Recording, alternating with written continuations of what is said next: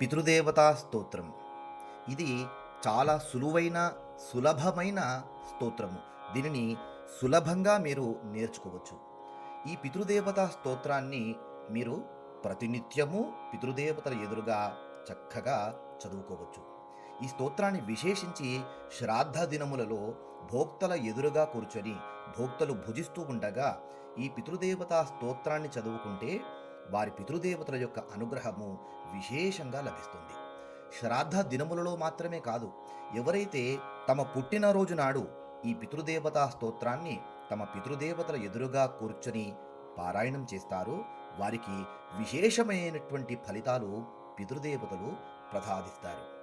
ఎప్పుడైనా శ్రాద్ధములలో సరిగ్గా ఆచరించకపోయినా, పితృదేవతల ఆగ్రహానికి ఎప్పుడైనా గురి అయి ఉండినా కానీ, లేదా పితృశాపములతో బాధపడుతున్నటువంటి వారు కానీ ఈ పితృదేవతా స్తోత్రమును చక్కగా నేర్చుకొని నిత్యము చదివితే కనుక పితృదేవతల యొక్క అపారమైనటువంటి కరుణ లభిస్తుంది.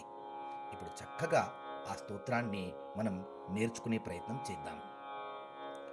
ఓం నమో పిత్రే జన్మదాత్రే సర్వదేవమయాయ చ సుఖదాయ ప్రసన్నాయ సుప్రీతాయ మహాత్మనే సర్వయజ్ఞస్వరూపాయ స్వర్గయా పరమేష్ఠినే సర్వతీర్థావలోకాయ కరుణాసాగరాయ చ నమో సదాశుతోషాయ శివరూపాయ తే నమః సదాపరాధక్షమినే సుఖాయ సుఖదాయ చ దుర్లభం మానుషమిదం येन లబ్ధం మయామిదం సంభావనీయం ధర్మార్థే తస్మై పిత్రే నమో నమః తీర్థస్నానతపోహోమ